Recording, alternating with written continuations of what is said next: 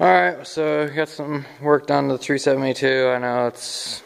You guys are going to see all these videos and just go, why don't you just buy a new saw? First of all, and this is just a humor, y'all.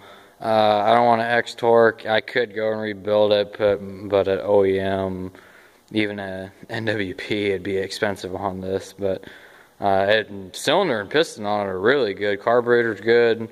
No air leaks. Just some cosmetic things here or there and problems. But what I did is you can see the old tank back there. Took it off. Bought an NWP. It's an aftermarket. I've had really good luck with their parts. Put a brand new tank on it. The operator presence lever works on this one, so you'll all be happy about that. Safety Sallies or whatever, safety freaks. It's got the new style tank vent in it. You can see, I'll show you on the old one, the old black one. This one is ball bearings and everything. And so it's all installed, throttle cable hooked up, fuel line hooked up, electrical all hooked up, bolted in. Makes this all look a lot better. Makes it look like a new, pretty much a new saw actually, with all the, you can see that tank there was the thing that was faded the most in it. And then I put a new spring here, NWP spring. The old one I had was stripped out, so put a new one on. Got it all put together. Haven't even started it yet. We're gonna start it up here. I'll let you all see it. See me start it up the first time, but you can see it's, flip it around here. It makes it look a lot better. I just got this in today. 6797 from Bailey's, both of them. The one thing I meant to get was a blue wire from the coil to the kill switch. The one I have on there is a little small, but no, you can see it makes it look a lot better. Newer saw. That's on there because this was my dad's saw. And when we had Mexicans running them, we had this saw, which is my dad's timber cutting saw. It didn't look like this. It had half wrap handlebars and stock dogs and had a 20-inch bar with a skip tooth chain on it. And it was running 3/8 pitch 50 gauge. But we had this saw, which was my dad's timber cutting saw. Or I take that back. What it was is my dad always had his timber cutting saw. We had a deck saw that was used for trimming up trucks. My dad logged in Virginia for 8 years. Anyways, he would trim up trucks with that, and then had a pole saw for stuff on the load. And then they had a topper, which is just someone out there bucking logs and nipping the tops out of them, especially in hardwood, because they ran everything. They had a stationary loader and had a pull-through delimber on it. And so they had a topper, and he had a saw that was identical, same as the top saw. They all were bone stock, half wrap handlebar, stock dogs, and 20-inch bar. And then usually they'd carry one more saw as kind of a spare topping saw or something like that, or if a skidder operator needed a saw or a feller buncher operator. But what this saw was, is Dad always had the newest saw. Dad'd go, because the Mexicans would blow theirs up. I had one guy that blew up 6 saws, 6 brand new 372 XPs, X-Torques, and then he had 2 XPWs, the 75cc big blocks that he blew up 6 in 1 year. I know I gave him one saw. It was probably only had 20 tanks run through it. It wasn't brand new, but it was new enough. It was an XP X-Torque, and he blew that up. I gave it to him, and the next day it came back to me blown up. I was a power saw mechanic for their crew for 2 years. Anyways, what Dad did is he'd get the newest saw. He'd always get the brand new X-Torques or the brand new XPWs, 75cc big blocks.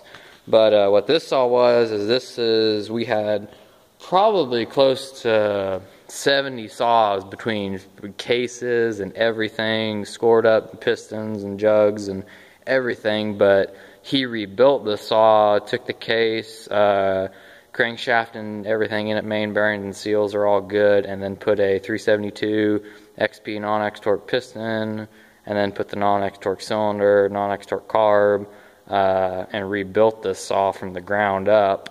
And as our saw, we had 5 acres and that we used for this, but he still put his name on it, because on all of his falling saws he would always put his name on it, label it Bill Saw, to make sure the Mexicans didn't take it, because sometimes they'd go and break their saw or blow it up and come and get his, and he'd get pissed at him. So that was what he did. I know I had one guy, he knocked the muffler off on the studs here. He hit it with something, broke the studs off, and he ran it the rest of the day with no muffler on it. Just ran it with no muffler whatsoever on it.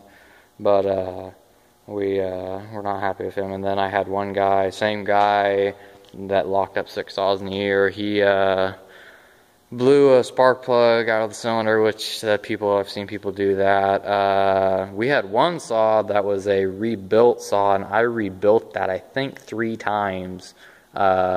New piston and cylinder just from parts I had, and finally he blew it up. I just didn't rebuild it. We got him. Dad had just gotten a new saw about 2 weeks earlier, so Dad handed that saw down to him, and Dad went and got another brand new. I think that was the first XPW that Dad ran, the 75cc big block. But Dad built that saw, and then when Dad did that, I got jealous. Dad built that right before I started working there, and I worked there for about 2 months and got good at it. And then I came and rebuilt my 365, rebuilt it in about a month and a half, because I was only there for about an hour, between a half an hour to 2 hours a night, depending on what day it was or anything like that, and if I had a lot to do.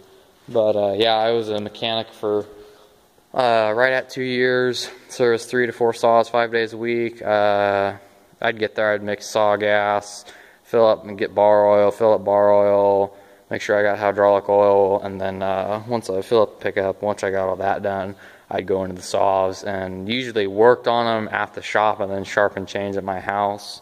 I had no grinder back then, and so I used this jig here. I bought this at Tractor Supply. Those of you from the East Coast know what I'm talking about, in California. Tractor Supply if you're in Oregon or Washington, it's like Coastal Farm. And that was what I filed with, and then I got my grinder when I came out here. But that was what I used, and I sharpened all the chains, and it was, I think there were 20 cutters, because it was skip tooth chain on a 20-inch bar, so there were like 20 cutters, and it didn't take very long. But I filed all the teeth that way, and then just did the rakers with a raker gauge, and took those down. But this is my dad's dream saw here. He would have loved this. It's got, you know, full wraps, OEM, you know, big dogs, 32-inch bar. You know, it's a skip tooth chain, but it's a 32-inch bar, so it has way more cutters. Unlimited coil, you know, dual port muffler. It's modded some and everything. But what we'll do here is we'll probably come over to, this is my camera stand right here. That's an air filter off our dresser TD8, but in a big cedar block. You guys bear with me. I'll move this over here to a better spot, hopefully without dropping my phone. And move this over here and we'll fire this up. I put a little bit of gas in it here, and hopefully this will start. Bear with the wood there, but I don't know why that's not focusing. I'll walk over here and put my light on, and we'll see if we get this thing to fire up. And hopefully it runs good. It was running it was 4-stroking really bad. But that was because the tank vent in it was blocked or leaking, and so it wasn't running quite right. So now with this all fixed on it, I don't know if it'll 4-stroke, it might, but then I probably won't tune it right now because I gotta get up to work in the morning, it's late. But I'll go and tune it one of these days, and then we'll get a video of it running and everything. But we'll go